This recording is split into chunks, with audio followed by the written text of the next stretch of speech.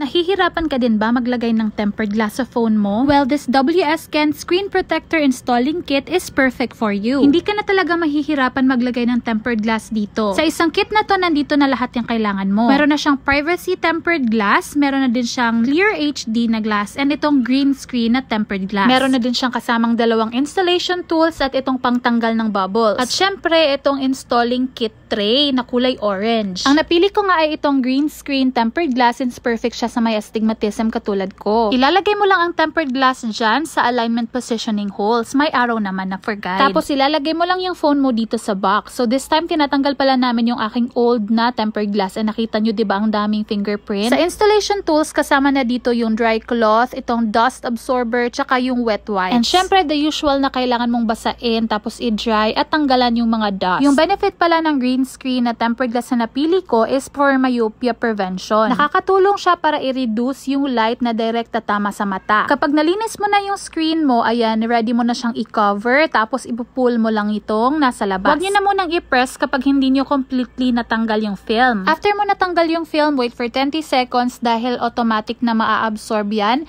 and then press mo na siya ng 4 na beses. O, diba? Perfect yung pagkakalagay. Tapos yung mga bubbles, gamitan mo lang siya itong pangtanggal ng bubbles. Saktong-sakto talaga siya sa camera, sa speaker, ang ganda. Guys, hindi ito kagaya ng mga nabibili nating tempered glass na mura ha. Ito legit talaga yung anti-fingerprint niya. Kasi yung surface itong tempered glass na to is treated with nano coating. Kaya sobrang na-amaze talaga ako kasi wala talaga siyang fingerprint kahit itatouch ko. Kaya kung ako sa inyo, nako, i-check out nyo na talaga to.